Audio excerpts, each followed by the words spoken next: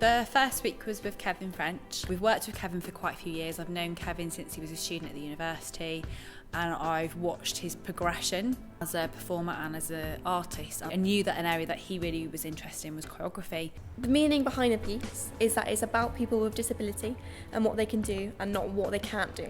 I came in without material. The office chairs gave me movement ideas, which we built on. He did an R&D week, so it's research and development, and he used improvisational as a tool to kind of create this material. And Adam Benjamin came in and did some work with you, didn't he, to help him out.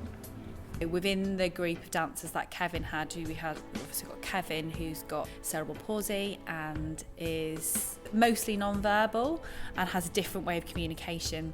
And then we had dancers who also have kind of speech difficulties and different ways of processing information. So people who are on the autistic spectrum or with dyslexia.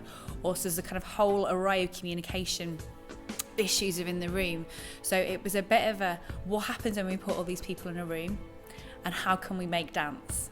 And I think hopefully we've got the beginnings of a piece which we would love to be able to create next year. I've been working with the dancers for the last 2 weeks, and it's my first professional piece of choreography. This last 2 weeks was research and development.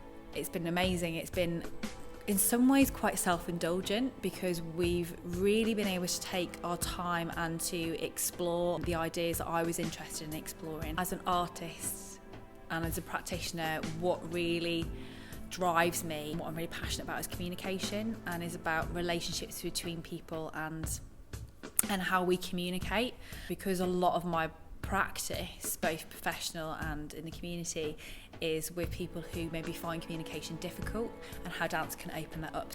And then I suppose I got kind of caught up in this idea about memory and why we remember certain things and we don't remember other things. That kind of leads very nicely onto sensory awareness and different senses, and all of those things have informed the research that we've been doing. So how can we bring all of these different elements and work in a really kind of multi-sensory way and create almost a place and an environment and inhabit that, where people can access things in a different way, people can touch things if they want to, or there's smells and audio description in there as an extra layer.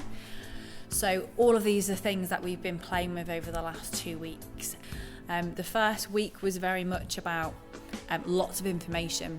So we met with the artistic team. So we've got 4 dancers, we have a choreographer, we've got a playwright, a designer, kind of costume production designer, I have a mentor, and also it's quite difficult to describe, who works with sound and also works with spaces and is an architect by trade. So it's a really interesting creative team. Nat McGrath has spent a day working with us generating text. We did a lot of work around sensory awareness and how that evokes memory. Sue Smith also came in for a day. Sue is mentoring me on the project, and her PhD research is around audio description in dance, to put it really simply. She came in and did a full day with us looking at audio description, different ways of describing dance and different ways of using your voice whilst moving to help add an extra layer. So it was quite a full-on week, and we probably haven't started the making process until this week, which is week 2. We've spent the last couple of days just in the studio, kind of letting all that information wash over us and inform the material really. A lot of the material that we've generated has been quite fast, kind of speed choreography, just making stuff up, and then it's been the layers that we've put over the top of it that have really added to the piece. Coming out of it will have a really good grounding and come from a really interesting place, have lots of interesting material.